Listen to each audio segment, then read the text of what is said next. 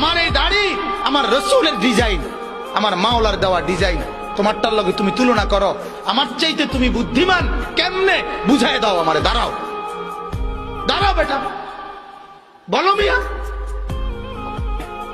কোরআনুল কারীমে আছে আল্লাহ তাআলা বলেন, ওয়ালাকাদ খালাকনাকুম সুম্মা সাওয়ারনাকুম, বান্দা আমি তোমাকে বানিয়েছি, আমি তোমাকে সাজিয়েছি।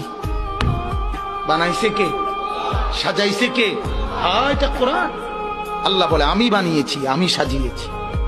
আমার সাজের চাইতে উত্তম সাজ হইতে সিবগাতাল্লাহ, ওয়ামান আহসানু মিনাল্লাহি সিবগা। আল্লাহ বলেন বান্দা আমি মাওলার রঙে রঙিন হও, আমি মাওলার রঙের চাইতে উত্তম কোন রং ঢং আর হইতে পারে না।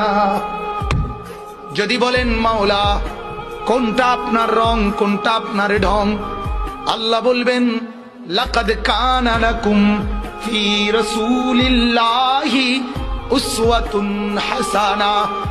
আল্লাহ বলবেন বান্দা ওই যে আমার এক বন্ধু পাঠিয়েছি, যে বন্ধুকে 63 বছর জমিনে রেখেছি, যে বন্ধুকে 23 বছর দিবানিশি তোমাদেরকে দেখিয়েছি, বন্ধুর হাসি, বন্ধুর কান্না, বন্ধুর হাঁটা, বন্ধুর চলা, বন্ধুর আহার, বন্ধুর নিদ্রা, বন্ধুর চলন, বন্ধুর বলন, বন্ধুর আচরণ, বন্ধুর উচ্চারণ, ওইগুলোই হচ্ছে আমি মাওলার রং আর ঢং।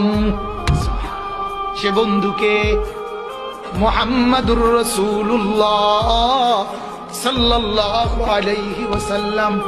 আল্লাহ বলেন বন্ধুকে দেখো, বন্ধুর মতো সাজো, আমি মাওলার মহব্বত পেয়ে যাবা। সুবহানাল্লাহ।